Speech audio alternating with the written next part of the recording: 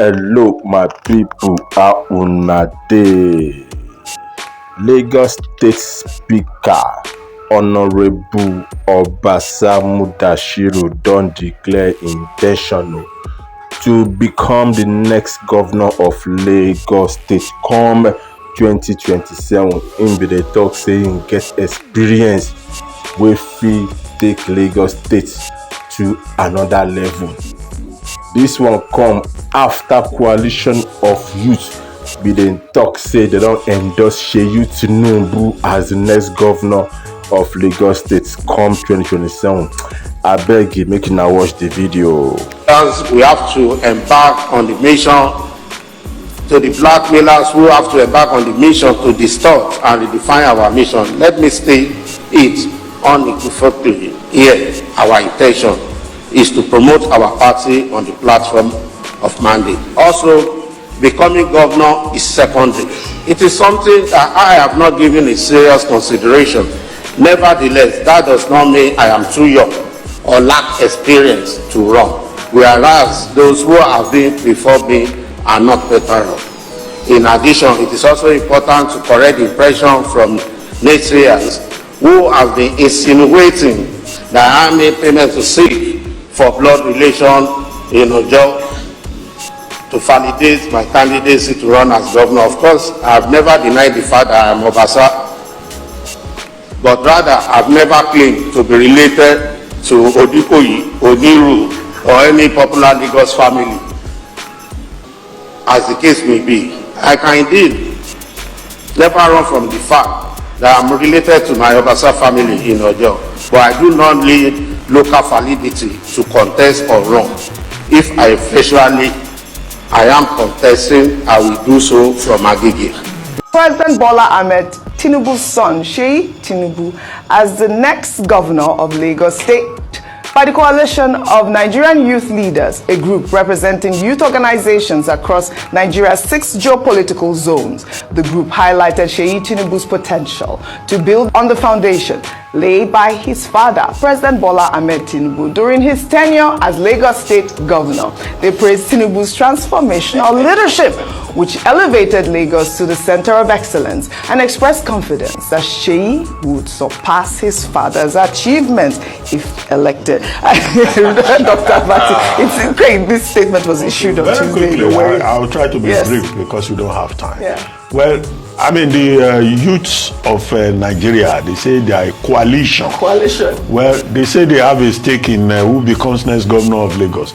Let those youths be reminded that these are the same youths who have been told that if they came from anywhere outside Lagos State, if they don't do what the people of Lagos want, they can jump into the lagoon.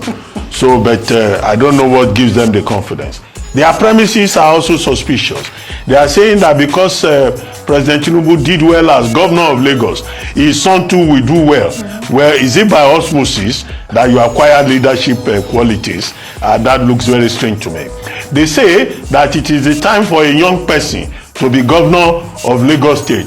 Young people have always been governor of Lagos. Governor Tinubu, as he then was a young man. How old was Babatunde Raji Fashola when he was governor? How old was Ambode? How old is Sanwo-Olu that is there? He's still a young man. He's not even 60 yet. So that argument also falls flat. The only thing that I see is that they say Seyi Tinubu is very capable, is knowledgeable and all that. Okay, they can say that. They will have to convince us. But we should know that this is not a dynasty. This is a democracy. Really? Nigeria is not Equatorial Guinea. Nigeria is not Cameroon. If they want to propose Seyi Tinubu, they should do so. But he will be assessed on his own merit. That's it. Not on the basis of DNA, which we cannot really push. And finally, I think if President Tinubu wants to make his son governor, this is probably the best time. After all, it's Emiloko. So we can have Emiloko in Abuja and also have Emiloko in Lagos. I rest my case. All those words, with due respect, also they are speaking, is not a dynasty. It's not a this. They were assessing. It's English you are speaking. You have said it. Your last phrase is Emiloko. Seyi Tinubu, Your Excellency, sir, welcome to the governorship of Lagos. Orodile Babeni. You too, you will be it. All this what we are talking. It doesn't matter. Election period, they will come now. Before you know, you are governor. So, Governor Seyi Tinubu.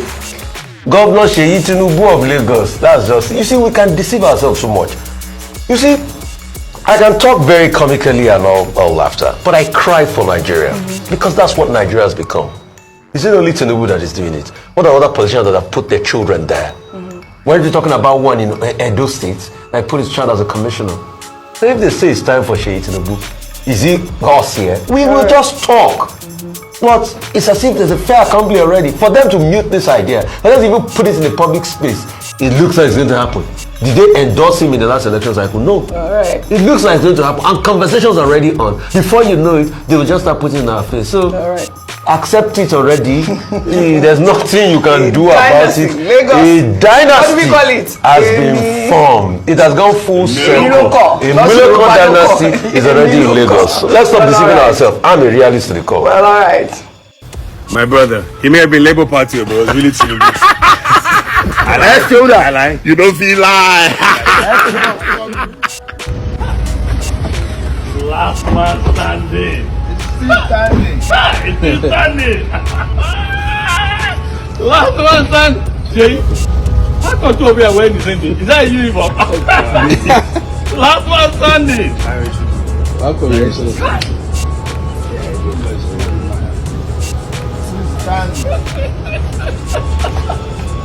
This man there, 10 lives. Seyi, your dad, you're proud of him. You was very proud of him as he's proud of you too. A good man. Last man standing. Tinubu's son, Seyi, uses wristwatch worth 346 million naira in Nigeria. One person tie wristwatch of 346 million for hand. Okay. The minimum wage in Nigeria is 30,000 naira per month. Alright. Now 30k per month minimum wage times 12 months in a year is 360,000 naira. So now if you divide 346 million by 360k, you get 961.11. What does this mean? It means if you collect salary of 30k per month, this wristwatch where Seyi wears, you go pay your salary for 961 years, 1 month and 10 days. I no laugh. Your salary of 961 years, 1 month and 10 days, and somebody tie for hand. Later they will say, we feel your hunger, we feel your pain. How much are the fine when you go tie some? You go tie this watch of 346 million. Why would they do like this now? Why would they do like this for this country? People should be sensitive. Why would they do like this? Now crime to be Nigerian. Oh God. Let me take a time to address the subject of Seyi Tinubu, and I want to make statements to Nigerian youth in Lagos that are endorsing. I heard about the endorsement of Seyi Tinubu for Governor of Lagos State 2027, and I want to say this to Nigerian youth. I think that it is time to critically evaluate the decisions we make regarding leadership in Lagos State and Nigeria as a whole. And recently, some coalition, or did they call them coalition, of Nigerian youth leaders has reportedly endorsed Seyi Tinubu, the son of President Bola Ahmed Tinubu, to be the next governor of Lagos State in 2027. While endorsements and political alliances are part of democracy, it is kind of essential to ask, what has Seyi Tinubu accomplished that qualifies him to lead Lagos State? I believe that leadership is not a title passed down like an inheritance. Lagos is not a monarchy, and governance is not a birthright. Have we reduced the role of governor to a family entitlement? If perhaps we have thought about this as Nigerian youth, what tangible contributions or initiatives has Seyi Tinubu made for Lagosians? especially for the youth, that can justify such support. Leadership demands, to me, I think leadership demands experience, sacrifice, and a proven track record. It is not. It is not just about lineage or proximity to power. We must ask ourselves certain questions. One of these should have been like, what has Seyi Tinubu done specifically for the Nigerian youth or Lagos State? Beyond his father's legacy, what personal achievement set him apart as a potential governor?